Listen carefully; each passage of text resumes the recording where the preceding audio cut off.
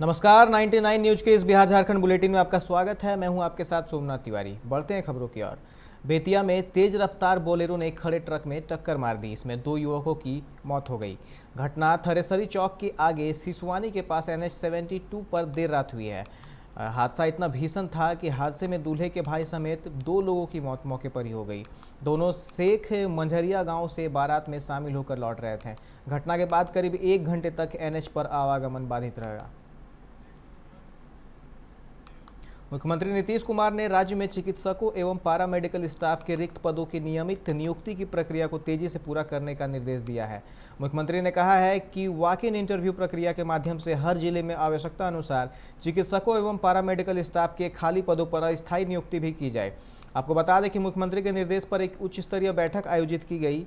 इसमें यह निर्णय लिया गया है कि चिकित्सकों एवं पारा मेडिकल स्टाफ के रिक्त पदों को भरने की प्रक्रिया शीघ्र पूर्ण की जाए। राज्य में कोविड संक्रमण का दायरा लगातार बढ़ता जा रहा है। राज्य में 12,359 नए कोरोना संक्रमित मिले हैं। स्वास्थ्य विभाग की ओर से दी गई जानकारी के अनुसार कुल 1,01,428 लोगों के सैंपल की जांच की गई। इसमें प्राइवेट में 4,949 और सरकारी में 19,867 RT-PCR जांच की गई। वहीं 77 लोगों की मौत कोरोना के कारण हुई है, जो अब तक का सबसे बड़ा आंकड़ा है। जांच के बाद पटना में सबसे अधिक 2,779, गया में 745, भागलपुर में 695, सारण में 520, औरंगाबाद में 676 और बेगूसराय में 509 कोरोना संक्रमित पाए गए। बिहार में कोरोना के आंकड़े लगातार डरावने होते जा रहे हैं। स्वास्थ्य विभाग कोविड गाइडलाइंस का पालन कराने के लिए कड़ी से कड़ी तैयारी कर रही है, लेकिन सोशल मीडिया पर एक वीडियो काफ़ी तेजी से वायरल हुआ है, जिसमें लालगंज के पूर्व विधायक मुन्ना शुक्ला कोविड गाइडलाइंस का उल्लंघन करते दिख रहे हैं। कार्यक्रम में भोजपुरी सिनेमा की अभिनेत्री अक्षरा सिंह भी शामिल हैं। लालगंज के पूर्व विधायक मुन्ना शुक्ला का जो वीडियो वायरल हो रहा है, वो उनके भाई और मुजफ्फरपुर के उप मेयर मानमर्दन शुक्ला के बेटे का उपनयन संस्कार के आयोजन का बताया जा रहा है। बिहार में कोरोना संक्रमितों की चेन टूट नहीं रही है। हर दिन रिकॉर्ड स्तर पर लोग संक्रमित हो रहे हैं। उसी रफ्तार से मौत भी हो रही है। मरीजों को लेकर परिजन अस्पतालों के चक्कर काट रहे हैं, लेकिन बेड और ऑक्सीजन की किल्लत अभी भी बनी हुई है। आज बांका जिले के धोरैया अस्पताल में पदस्थापित 45 वर्षीय डॉक्टर प्रेम राज बहादुर का कोरोना की वजह से निधन हो गया। वे बांका जिले के गोविंदपुर गाँव के रहने वाले थे। बांका सदर अस्पताल में आम कोरोना मरीजों का क्या होगा, जब अस्पताल आधा दर्जन चिकित्सक और पारामेडिकल कर्मी संक्रमित हो गए हैं। अभी 38 में से सिर्फ 13 चिकित्सक ही कार्यरत हैं। ऐसे में यहां त्राहिमाम की स्थिति हो गई है।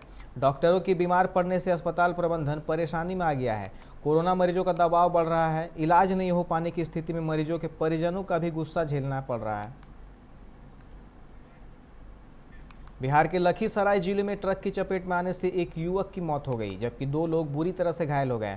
दोनों घायलों को बेहतर इलाज के लिए पटना रेफर किया गया है। पटना सूर्यगढ़ा थाना क्षेत्र के चंदनपुरा के पास की है।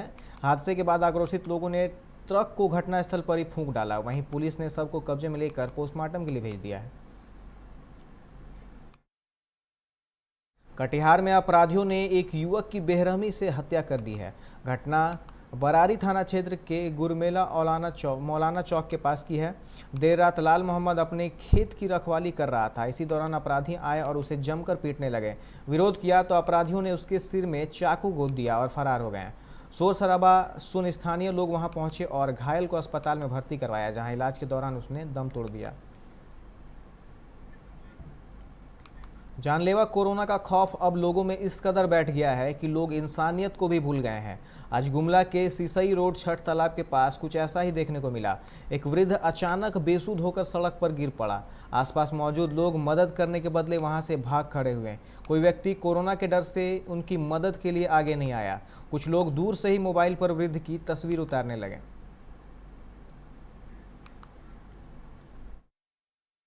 जिला मुख्यालय मेदिनीनगर में सड़क दुर्घटना में एक युवक की मौत हो गई है। युवक अपने दोस्त के घर शादी की पार्टी में शामिल होकर लौट रहा था और उसी वक्त सड़क हादसा हुआ। रेडमा में भगवती हॉस्पिटल के पास वह सड़क पर गिरा पड़ा था। आशंका व्यक्त की जा रही है कि सुनसान सड़क पर रात के अंधेरे में कोई अज्ञात वाहन टक्कर मारकर फरार हो गया होगा। झारखंड में कोरोना से मौत का आंकड़ा 1.5 गुना बढ़ गया है। एक दिन पहले राज्य में 63 लोगों की मौत हुई थी, जबकि आज 110 लोगों की जान गई है। मृतकों में 60 रांची के हैं। इसके अलावा पूर्वी सिंहभूम में 16, रामगढ़ में 8, धनबाद में 7, हजारीबाग में 4, गोड्डा व पलामू में 3, बोकारो व देवघर में 2 और गढ़वा, जामताड़ा, खूंटी, लोहरदगा व पश्चिमी सिंहभूम में एक मरीज की मौत हुई है। पिछले 24 घंटे में सबसे ज्यादा 1609 संक्रमित रांची से मिले हैं। माओवादियों ने चक्रधरपुर से टोकलो जाने वाली सड़क के इंदिरा कॉलोनी, टोला टुंगरी, बायहातू और हथिया पुलिया में पोस्टर चिपका दिए हैं। लोगों ने जगह जगह लगे इन पोस्टरों को देखा तो पुलिस को इसकी सूचना दी। जहां नक्सलियों ने पोस्टर लगाए हैं उस स्थान से कुछ ही दूर पर चक्रधरपुर विधायक सुखराम उरांव का आवास है। वहीं मौके पर पहुंची पुलिस ने पोस्टर को जब्त कर लिया है।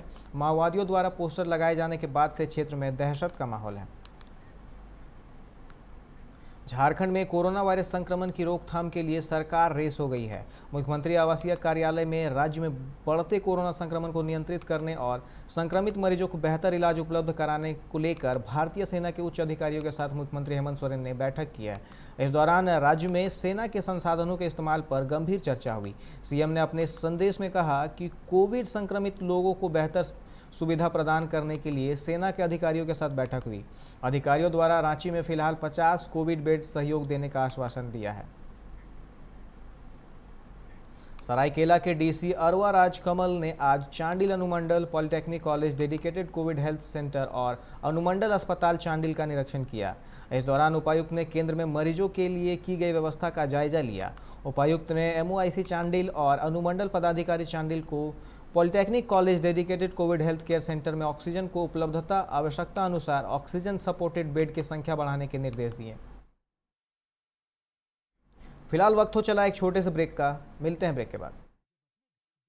के लिए सही दरवाजे चुनने की बात हो तो चुनिए सिर्फ टाटा प्रवेश के दरवाजे, जो लकड़ी के दरवाजों से कई गुना है बेहतर। टाटा प्रवेश के दरवाजों में है स्टील की मजबूती और लकड़ी की खूबसूरती। टाटा प्रवेश के दरवाजे फ्रेम और एक्सेसरीज के साथ फैक्ट्री में तैयार किए जाते हैं। लकड़ी के दरवाजे बनाने के लिए बहुत से लोगों से संपर्क करना पड़ता है, जो कि इस समय नुकसानदायक हो सकता है। लकड़ी के दरवाजों को लगाने में 8 चरणों से गुजरना और 6 प्रकार के लोगों के संपर्क में आना होता है, जबकि टाटा प्रवेश के दरवाजों का इंस्टॉलेशन केवल 2 चरणों में हो जाता है। बस अपना दरवाजा चुनें, उसका आकार नापें और नो टच डिलीवरी पाएं। इसे हमारी प्रशिक्षित इंस्टॉलेशन टीम द्वारा लगाया जाता है, जो सैनिटाइजेशन प्रोटोकॉल्स का ख्याल रखती है। टाटा प्रवेश के दरवाजे लकड़ी के दरवाजों से कई गुना मजबूत होते हैं और आपके परिवार को सुरक्षित रखते हैं। स्टील के बने होने के कारण इन दरवाजों में स्वाभाविक रूप से न तो दीमक लगता है और न ही इनमें आग पकड़ने का डर होता है। टाटा प्रवेश के दरवाजे मेंटेनेंस फ्री और वेदर प्रूफ होते हैं। सामान्य लकड़ी के दरवाजों की तरह ये न तो सिकुड़ते फैलते हैं और न ही इनमें दरार आती है। लकड़ी के दरवाजों की गुणवत्ता और उनका टिकाऊपन प्रमाणित नहीं होता, जबकि टाटा प्रवेश के दरवाजे उम्दा फिनिश, कई डिजाइन के और 5 वर्षों की वारंटी के साथ आते हैं। एक बात और, लकड़ी के दरवाजों के लिए जंगलों की कटाई होती है, वहीं दूसरी ओर टाटा प्रवेश के दरवाजे पेड़ों को कटने से बचाते हैं तथा ये 100% रिसाइक्लेबल होते हैं। अब ये आप पर है कि आप अपने घर में कौन सा दरवाजा लगाना चाहते हैं। बेस्ट चुनिए, टाटा प्रवेश के दरवाजों और खिड़कियों को चुनिए।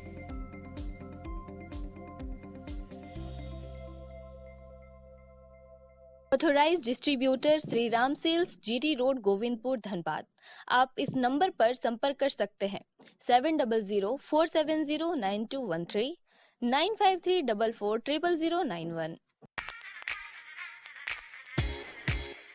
Hey, I'm sexy Mr. Brown, a prince who's just been crowned. I can brighten up your day, 'cause I'm so sunny. Hey, I'm sexy Mr. Brown, heading out to town. You can hate me all the way, 'cause I got my honey. And that's not funny, my honey makes me sing all night. Na na na na na na na na na. Yeah. Sexy Mr. Brown. Your wait for sheer extravagance is over. Presenting Kia Carnival. Bookings open.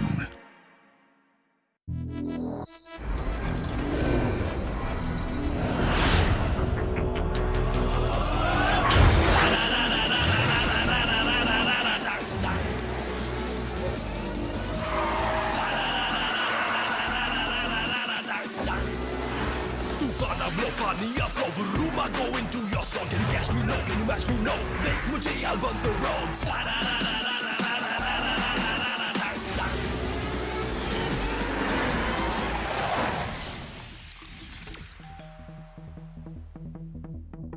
Hi. You're early. I know. XUV 300. Authorised dealer model fuels Dhanbad Bokaro Giridih. आप इस number पर संपर्क कर सकते हैं 8929207235, 8929207236, 9711355896। जय TMT, भरोसा अटूट एवं सुरक्षित निर्माण का।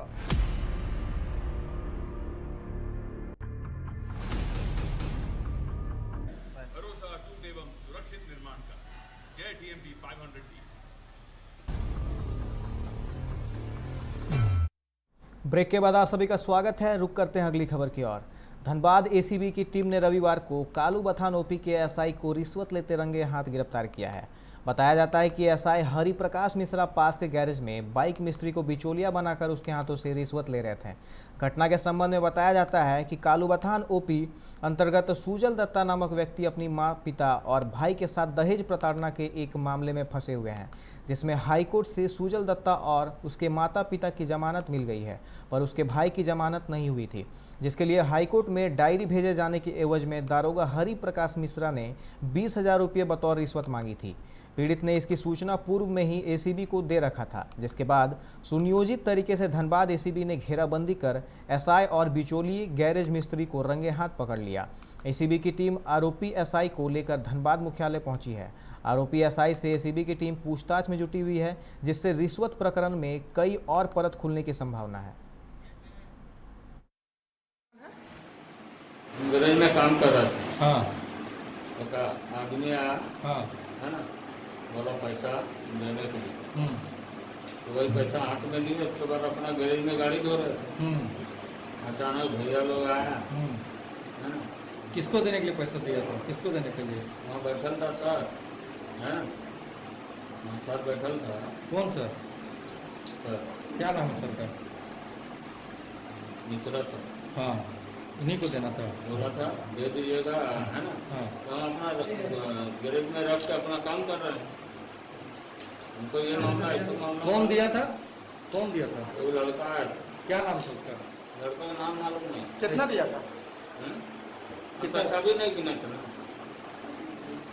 हम रख दिए, काउंटर में काम कर रहे थे। और हम पैसा लेबे नहीं किया, हम मंगले किए, तो फिर हम कैसे के बात है। तो फिर एसीबी आपको पकड़ा कैसे? और हाँ, तो कुछ करवे नहीं किया। एविडेंस का आपको नहीं रखा? मेरे पास कुछ एविडेंस ही नहीं है। आप किसी और के माध्यम से मिले तो हम किसी और के बारे में पैसा क्यों लेंगे? कौन था? मैं नहीं जानता किसी को। हाँ? मैं किसी को नहीं जानता। हम क्यों पैसा मांगे किसी को? तो किस कारण से पकड़ेंगे नहीं बताएं क्या? अरे हमारे पास कुछ हमारे पास कुछ पकड़ेबे नहीं किया। मेरे पास तो फिर जबरदस्ती उठाइए, कोई मानेगा नहीं है। कोई गाड़ी धोएगा, गाड़ी में आकर के किसी को जबरदस्ती उठाइएगा, नहीं चलिए आप, कुछ कोई मान लेगा न। मेरे पास पैसा पकड़ाया है, न कुछ पकड़ाया है, तो फिर कैसे कीजिएगा? कुल्टी थाना पश्चिमी वर्धमान जिला के एक आवेदक आए थे, जिनका नाम सुजल गुप्ता था। उनके ऊपर एक प्राथमिकी दर्ज की गई थी कालूबथान ओपी के निशा थाना के कालूबथान ओपी में 5/325/20 दहेज प्रताड़ना का मामला था। उस कांड में के जो जिनको मदद करते। झरिया के अलगडीहा ओपी सुरुंगा पंचायत में देर रात डकैती के दौरान बदमाशों ने दूध कारोबारी के जांघ में गोली मार दी। हालांकि भागने के क्रम में दूध कारोबारी के बेटे बेटी ने हिम्मत दिखाते हुए एक बदमाश को धर दबोचा। इसके बाद आरोपी की जमकर पिटाई की और पुलिस के हवाले कर दिया। पीड़ित के अनुसार बाकी डकैत 6,000 रुपये कैश और 2 मोबाइल फ़ोन लेकर भाग निकले। आज सुबह भी पुलिस घटनास्थल पर पहुंची और मामले की जानकारी ली। जख्मी दूध कारोबारी का इलाज जारी है। दूध कारोबारी संतोष सिंह का उनके घर पर ही राशन की दुकान है, साथ ही वो गाय पालन कर दूध का कारोबार भी करते हैं। आया दीवार किधर से ढुका भी ये नहीं हम लोग जानते। आया तो पहले यहाँ दरवाज़ा ही वाला तोड़ रहा था, तो यहाँ दरवाज़ा तोड़ रहा था। बाबूजी मेरे उठे, बोले कि शायद गाय खुल गई है। तो गाय जब देखने के लिए उठे तो इनको धक्का मार के लोग 6 आदमी अंदर ढुक गया। अंदर ढुकने के बाद बाबूजी को बांधा, बाबूजी को मारा भी। बाबूजी को मारने उड़ने के बाद बाबूजी को यहाँ लाया तो बोलता है कि दरवाज़ा खुलवाओ। यहाँ दरवाज़ा खुलवाने के बाबूजी जब चिल्ला रहे थे तो हम दरवाज़ा खोले। हम दरवाज़ा खोल के जब बाहर निकले तो वो लोग देखने लगा। देखने के बाद जब बाहर हम निकले तो बाबूजी झुके तो बाबूजी को तब तक गोली मार दिया। बाबूजी को गोली मार दिया तो बाबूजी की हाथ लगी ये खोलने मेरी बहन, तो इसको भी पिस्टल का बेट से मार दिया माथा पे इसको भी। तो वहाँ से फिर आने के बाद जब मार दे तो बाबूजी बाबूजी झुके तो उस समय लगा वो दौड़ने, तो वो दौड़ने लगा तो सब मैंने भाग गया। तो एक पकड़ा गया, तो एक को हम लोग पकड़ के उसको रखे थे, आया थाना वाला उसको उठा के ले गया। अलगडिया थाना प्रभारी के द्वारा सूचना दी गई कि एक घर में 7-8 असामाजिक तत्व रात में घुसकर वहाँ के परिवार जो है संतोष सिंह उनके साथ मारपीट की घटना की गई और उनके घर में लूटपाट किया गया। और लूटपाट के दौरान उनको चोट भी पहुंचाया गया और अपराधियों के द्वारा गोली भी उन पर चलाई गई। झरिया में दो गुटों के बीच पुराने विवाद को लेकर जमकर मारपीट हुई है। बताया जा रहा है कि होली के समय छेड़खानी को लेकर विवाद हुई थी। उसी विवाद में दोनों पक्षों में फिर से झड़प हो गई है। मौके पर झरिया पुलिस व बोरागढ़ पुलिस पहुंचकर घटना की जानकारी ली। वहीं घटनास्थल पर झरिया थाना प्रभारी पहुंचकर मामले को सुलझाया।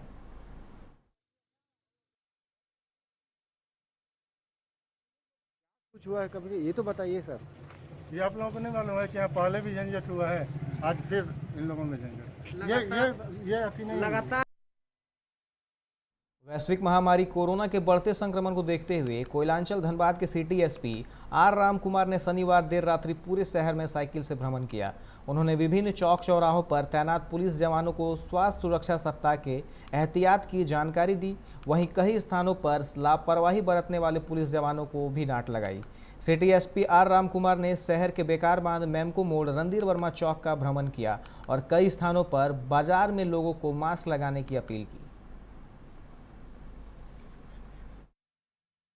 लॉकडाउन का इम्प्लीमेंटेशन कैसे हो रहा है उसका जायजा लेने के लिए और सभी चेक पोस्ट वगैरह उसको भी मॉनिटर करने के लिए हम निकले। तो सर साइकिल से निकले हैं सर, इसका क्या उद्देश्य है सर? नहीं मतलब फिजिकल एक्टिविटी भी एक होता है और साथ ही साथ पेट्रोलिंग का काम ही है, हम लोग गश्ती का काम भी है। अभी के इस बिहार झारखंड बुलेटिन में फिलहाल इतना ही। तमाम खबरों के लिए आप देखते रहे 99 न्यूज। नमस्कार।